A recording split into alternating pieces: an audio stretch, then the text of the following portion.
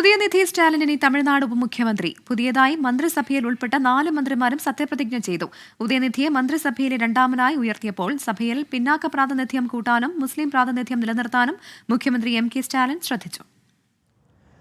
തമിഴക രാഷ്ട്രീയത്ത് ഇനി സിന്നവരുടെ കാലം. നേരത്തെ തീരുമാനിച്ചിരുന്ന ഉപമുഖ്യമന്ത്രി കസേരയിൽ ഉദയനിധി സ്റ്റാലിൻ ഇന്ന് ഇരിപ്പുറപ്പിച്ചു. ഉപമുഖ്യമന്ത്രി പദം പ്രഖ്യാപിച്ചതിന് പിന്നാലെ രാവിലെ തന്നെ ഉദയനിധി സ്റ്റാലിൻ പെരിയാറിൻ്റെയും അണ്ണാദുരയുടെയും കരുണാനിധിയുടെയും സ്മൃതി മണ്ഡപത്തിലെത്തി. ശേഷം പ്രധാന നേതാക്കളുമായി കൂടിക്കാഴ്ച. വിമർശനങ്ങൾക്ക് പ്രവൃത്തിയിലൂടെ മറുപടി നൽകുമെന്ന് ഉദയനിധി. பதவியல்ல பொறுப்பு என்பதை உணர்ந்து இந்த மக்களுக்காக உழைப்பதற்கான வாய்ப்பை கொடுத்திருக்கிறாங்க. இதுக்கு நான் தமிழக முதலமைச்சர் கழக தலைவர்களுக்கும் பொதுச் செயலாளர்களுக்கும் நிறைய பேர் விமர்சனம் வச்சிருக்கிறாங்க. அந்த விமர்சனங்களுக்கும் சேர்த்து என்னுடைய நன்றி நான் தெரிவிச்சுக்கிறேன். പുതുതായി തെരഞ്ഞെടുക്കപ്പെട്ട 4 മന്ത്രിമാരും വൈകിട്ട് രാജ്ഭവനിൽ സത്യപ്രതിജ്ഞ ചെയ്തു. ഇവരുടെ വകുപ്പുകളിലും തീരുമാനമായി.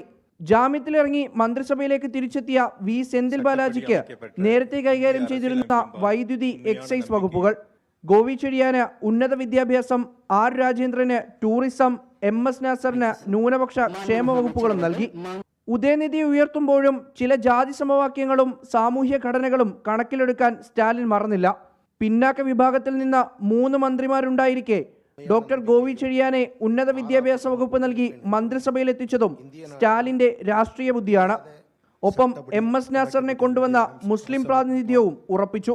സേലത്തെ പ്രബലനായ എസ് രാജേന്ദ്രനും മന്ത്രിസഭയിൽ ഇടം കിട്ടി.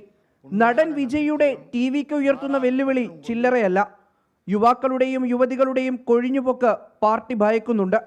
ഉദയനിധിയെ ഉയർത്തുന്നത് വഴി ഇതിന് തടയിടാമെന്നാണ് സ്റ്റാലിന്റെ കണക്കുകൂട്ടൽ. കുടുംബാധിപത്യം എന്ന വിമർശനത്തിന് മറുപടി പറയുക, വരുന്ന തെരഞ്ഞെടുപ്പിൽ പാർട്ടിയെ സജ്ജമാക്കുക. ഉപമുഖ്യമന്ത്രി ഉദയനിധി സ്റ്റാലിന് മുന്നിൽ വെല്ലുവിളികൾ ഏറെയാണ്. ചെന്നൈയിൽ നിന്നും ക്യാമറമാൻ ശ്രീകാന്ത് ഗൗരീശപ്പെട്ടതോടൊപ്പം മുഹമ്മദ് റഹീസ്, 24.